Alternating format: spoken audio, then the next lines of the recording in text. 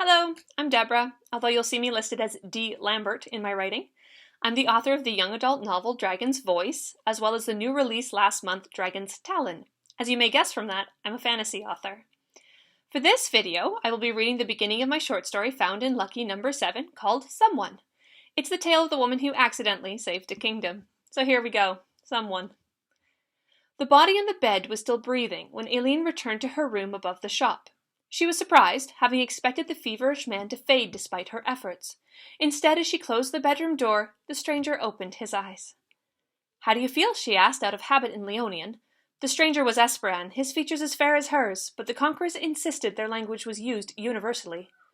"Groggy," he replied in Leonian. "Where am I?" "South District of Cortatalis," she answered. "I'm Aileen." He pushed himself up and winced. "I'm Corey." Throwing off the blanket and exposing the leg-sheet bandage, he sucked in a breath. Slowly, he unwound the bandage from his calf.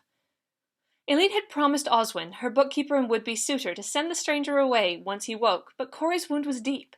His hands shook as he determinedly peeled off the blood-crusted linen. It would be wrong to throw him out.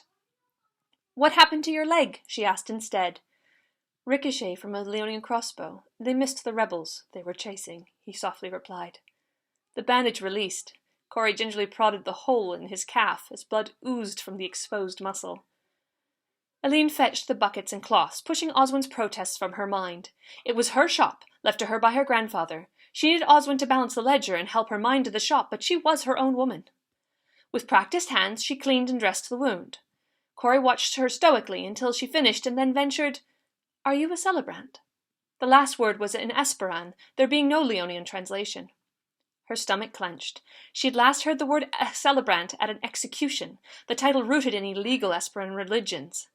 "You mean healer?" "That's the word." He smiled weakly. The tremble of his hands had spread to his body. "I've had practice," she said, tying off the bandage. "Sleep now." "I should go," Corey replied. "I don't belong here." "You can't walk." "I could try." His breath was too shallow to give the words weight. His eyes shut as he leaned back.